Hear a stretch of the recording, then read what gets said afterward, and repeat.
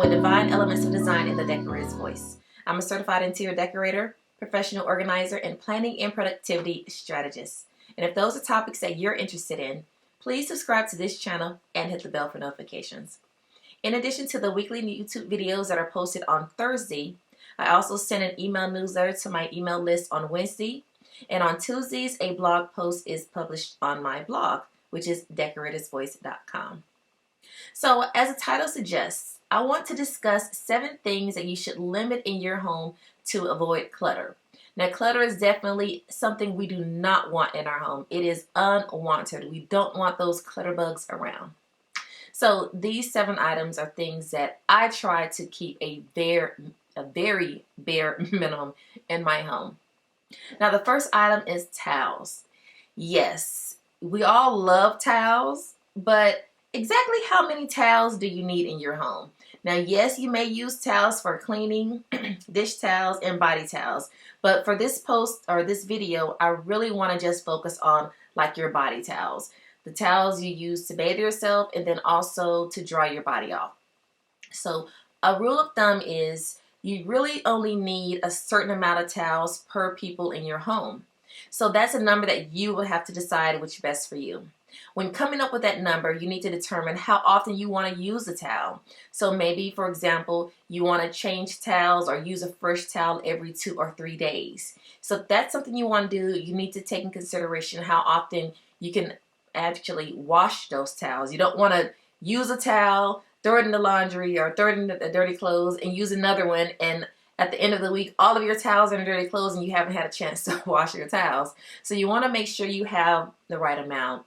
Some people say 5 per person is great for a house. Some people say more, some people say less. So you have to determine what's a good amount for you.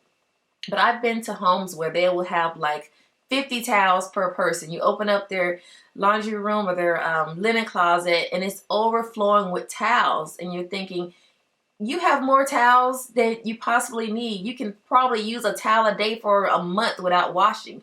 So that is definitely something that you want to take in consideration.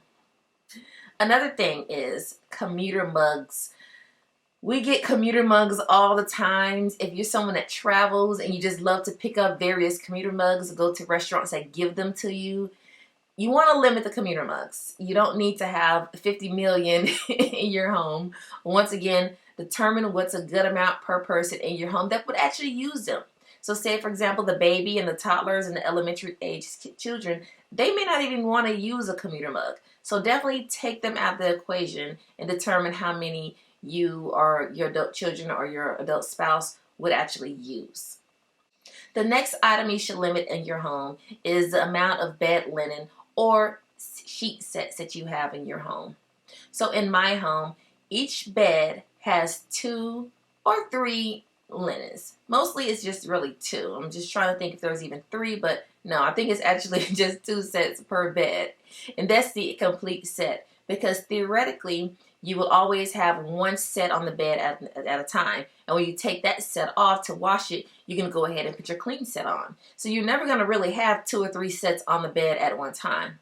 Now, with you doing this, you may find yourself, having to replace them more often, and that's fine. Then you can replace them, you can donate them, you could use it for your dog beds or something. But instead of having a linen closet full of linen, just only have a limited amount of sheets. Now, you may have more comforters. That's fine, because you can always do different things with comforters. But definitely for the sheets, you don't need excess amount.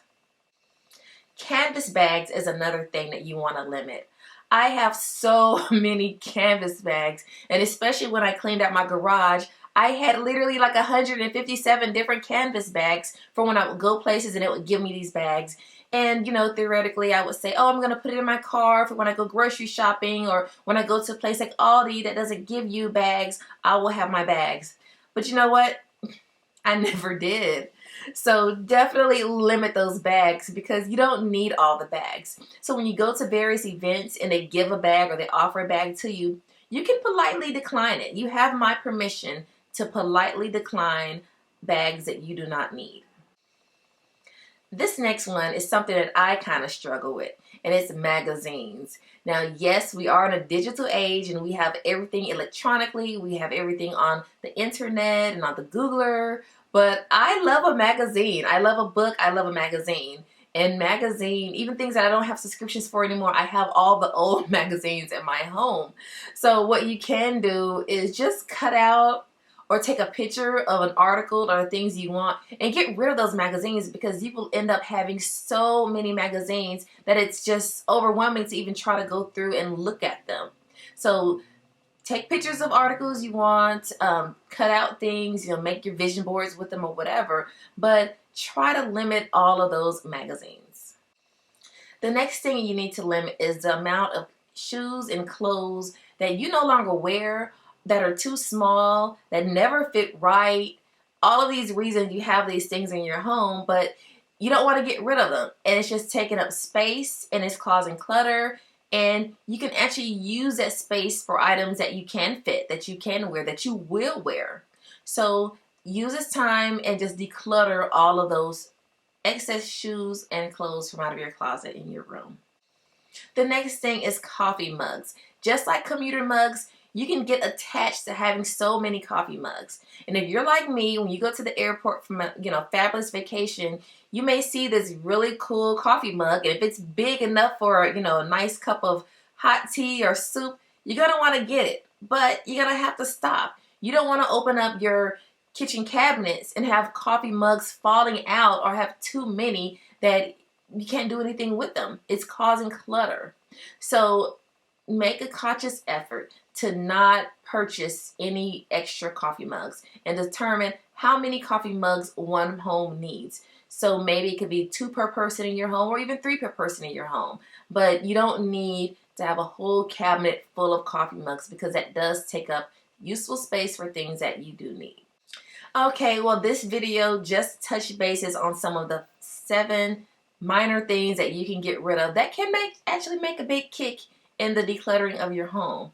So if you have any questions or comments, definitely leave them in the comment section below. If there is something that you know that you collect and you really need to get rid of because it's causing clutter in your home, leave that in the comment section as well. So thank you very much for watching this video. You have a divine day. Goodbye.